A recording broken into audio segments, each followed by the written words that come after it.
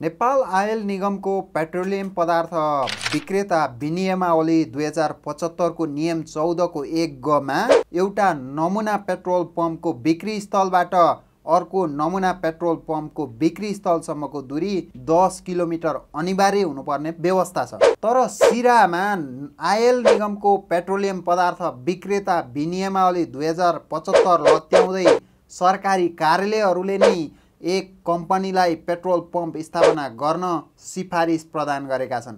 अझ रोचक त के छ भने दूरी नाप्न सरकारी निकायहरूले बाइक र गाडी कुदाएर किलोमिटर पत्ता लगाएका छन्।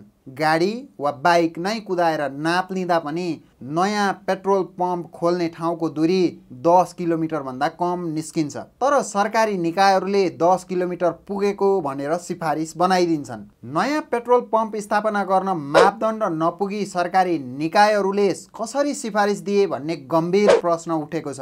यो घटनामा आर्थिक चलखेल भएको आशंका छ।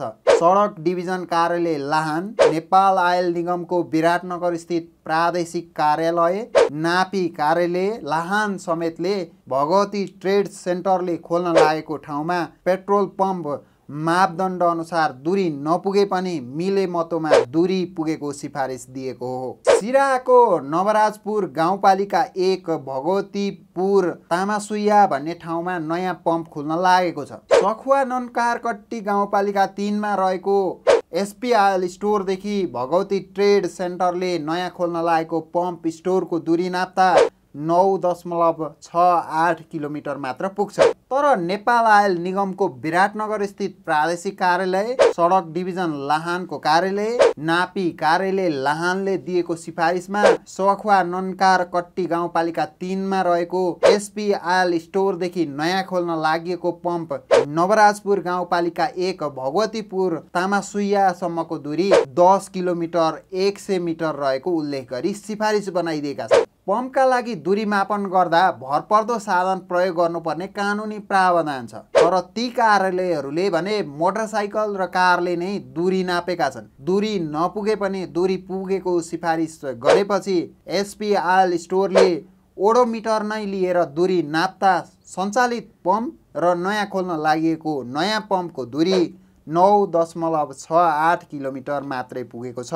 सरकारी निकायले कार र मोटरसाइकल प्रयोग गरेर किन दूरी नापे त? हाम्रा सिरा संवाददाता मुकेश कुमार यादवले सडक डिभिजन लाहानका प्रमुख आशुतोष कणलाई कार र मोटरसाइकलले दूरी नापिएको हो भन्ने प्रश्न गर्दा उनले कार र मोटरसाइकलले दूरी नापेको स्वीकार गरे।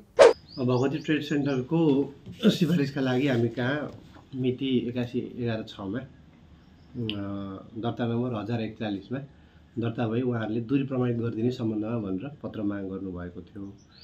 त्यो सम्बन्धमा मैले यो पेट्रोल पम्पको जुन माग गर्नुभएको छ यो चाहिँ राजविराज सिरा हुलाकी राजमार्गमा पर्ने भगवतीपुर चौक र जगतपुर चौकका बिचमा पर्ने नवराजपुर वडा नम्बर 1 स्थित जग्गामा रहेको थियो। र यो सडक सम्बन्धमा हेर्ने हाम्रो डिभिजनको इन्जिनियर सञ्जीव दास लाई मैले टोकादेश गरेर यो सम्बन्धमा चाहिँ साइट भेरिफाई गरी पत्राचार गर्नुहुन भनेर मैले उहाँलाई त्यसरी भेरिफिकेसनको लागि प्रक्रिया अगाडि बढाएको। हामीले 11/6 मा पत्राचार निवेदन भएर माग भइसकेपछि 11/8 मा हाम्रो इन्जिनियर सञ्जीव कुमार दास डिभिजनको इन्जिनियरबाट यो दूरी प्रमाणित गरिएको सम्बन्धमा भनेर पत्राचार भएको छ। त्यसमा उहाँको भेरिफिकेसनबाट 10.1 किलोमिटर प्रमाणित गरिन्छ भनेर पत्राचार भएको छ। यसरी चाहिँ पत्राचार गरी पठाइएको छ। तर यो सम्बन्धमा दूरी अपुग रहेको अथवा 10 किलोमिटरभन्दा कम रहेको भन्ने कुनै पनि गुनासो हाम्रो डिभिजनमा रेजिस्टर्ड रूपमा आएको छैन। सडक डिभिजन कार्यालयबाट दूरी पुगेको भन्दै फागुन 8 मा दिएको सिफारिसमा कार्यालयका इन्जिनियर सञ्जीव कुमार दासको हस्ताक्षर छ। नापी कार्यालय लाहानले पनि मोटरसाइकल लिएर नाप लिएको स्वीकारेको छ। लाजमर्दो कुरा त के छ भने नापी लिने भरपर्दो साधन नै सरकारी कार्यालयहरूमा छैन भन्छन् सरकारी कर्मचारी।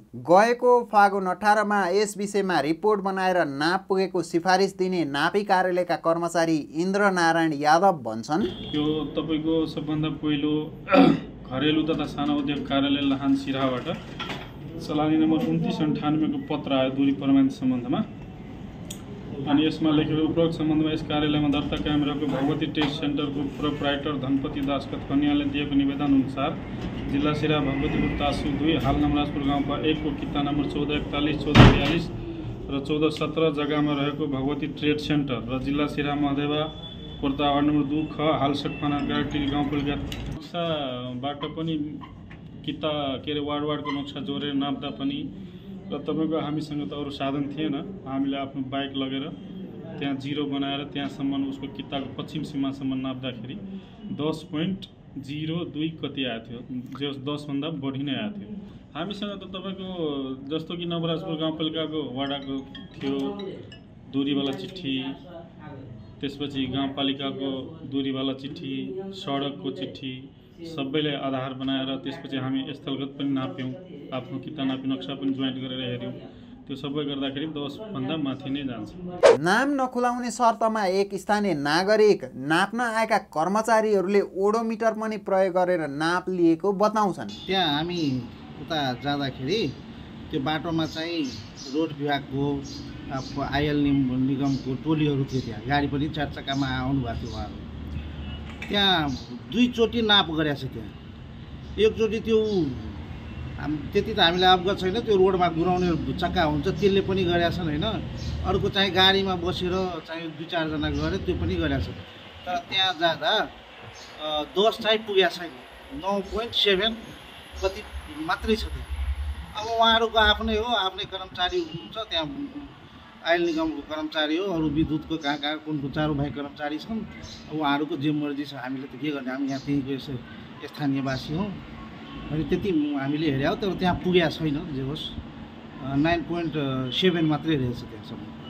सडक डिभिजन लाहान हेर्ने झापाको दमक स्थित सङ्घीय सडक अनुगमन तथा निरीक्षण कार्यालयका प्रमुख विनोद मौवार दूरी नपुगेको खण्डमा त्यसरी सिफारिस दिन नमिल्ने बताउँछन्।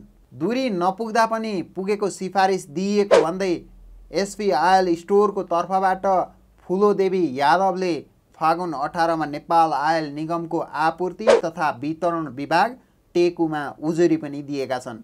नेपाल आयल निगमको प्रादेशिक कार्यालय विराटनगरका प्रमुख पुष्कर कार्कीले उजुरी आइसकेपछि आफूले पनि यस विषयमा थप बुझिरहेको बताएका छन्। नेपाल आयल निगमका केन्द्रीय प्रवक्ता मनोज ठाकुरले अहिलेसम्म दूरी पुगेको भन्ने कुरा नै आएको र नपुगेको खण्डमा पम्पलाई विक्रेता नियुक्त नगरिने बताएका छन्। नयाँ खोल्न लागि नमुना पम्पका सञ्चालक हुन् नवराजपुर गाउँपालिका 1 का धनपति दास। उनी नेपाल आयल निगमकै कर्मचारी रहेका चितरञ्जन दासका बुबा हुन्। चितरञ्जन सहित धनपतिका अन्य 3 छोरा पनि सरकारी जागिरे नै छन्। उनीमाथि दबाव, प्रभाव र आर्थिक चलखेल गरेर मापदण्ड नपुगेको ठाउँमा पम्प खोल्न सिफारिस लिएको आरोप छ।